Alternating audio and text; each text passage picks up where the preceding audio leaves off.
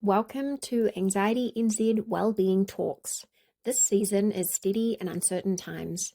In this season, we'll share practical strategies to help you understand anxiety and build resilience when life feels unpredictable.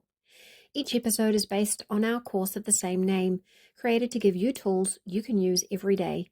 If you're ready to go deeper and take control of your well-being, enroll now for free www.anxiety.org.nz/updates/steady. The link is in the show notes. Let's get started. What is anxiety? In this episode, we will answer what is anxiety, what is climate anxiety, and what is weather trauma. In the previous episode, we explained what anxiety is. In short, anxiety is something we all experience from time to time, especially during stress, uncertainty, or change. It's part of our body's natural response to perceived threats, helping us stay alert, focused, and safe. Strategies that help us regulate and channel this response allow anxiety to serve its original purpose, to protect ourselves and others and prepare for challenges without overwhelming us. What is eco-anxiety? Eco-anxiety is an umbrella term and a way of describing anxiety where stresses are from environmental issues like pollution, biodiversity loss, or health of ecosystems. It's often driven by a sense of helplessness or grief about the damage being done to nature and its impact. You might feel eco-anxiety when you see news about species extinction or deforestation. You notice changes in your local environment. You feel overwhelmed by the scale of environmental problems. Eco-anxiety can be especially strong in people who care deeply about nature, work in environmental fields, or feel a strong connection to the land. Eco-anxiety is not classified as a mental disorder. Instead, it is understood as a stress response and a range of associated feelings that are natural emotional responses to stresses related to the environment, including perceived or real-world concerns. What is climate anxiety? Climate anxiety is a type of eco-anxiety that is in response to climate change in particular.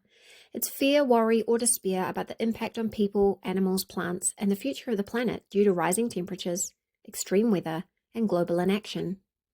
This type of anxiety can be triggered by news about wildfires, droughts, or melting ice caps. Feeling powerless to make a difference.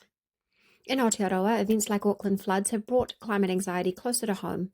When homes are damaged, communities are displaced, and infrastructure is overwhelmed, it's natural to feel anxious, not just about the event itself, but about what it means for the future.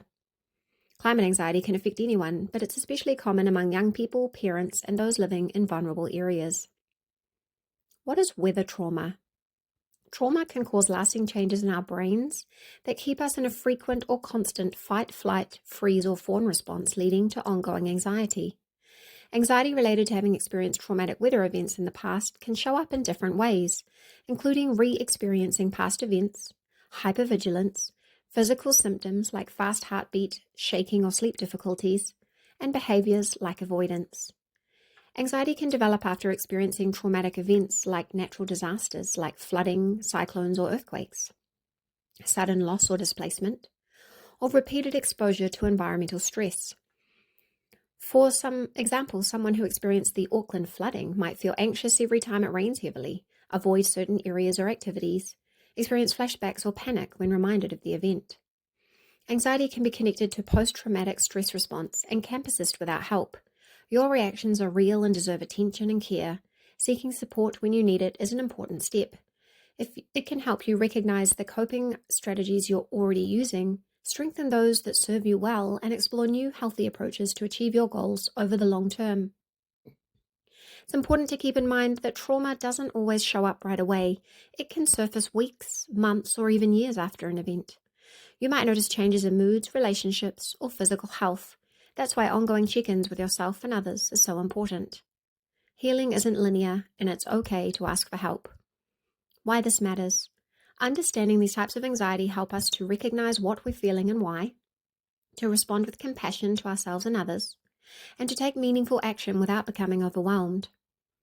If you would like to strengthen your well-being, support someone who needs help, or build resilience to navigate life's challenges, especially in relation to eco-anxiety, Steady in Uncertain Times is a free micro-course designed for anyone experiencing anxiety related to climate change or weather events, and for anyone who wants to build their resilience. This course equips you with practical skills and strategies to respond to anxiety, recognize and deal with emotions, expand your capacity to feel present, calm and safe, and build resilience. The link is in the show notes. If you need help now, if you're struggling with anxiety or just want to talk to someone, Anxiety NZ offers a free 24/7 helpline. Call 0800 Anxiety, 0800 269 438. We're here for you.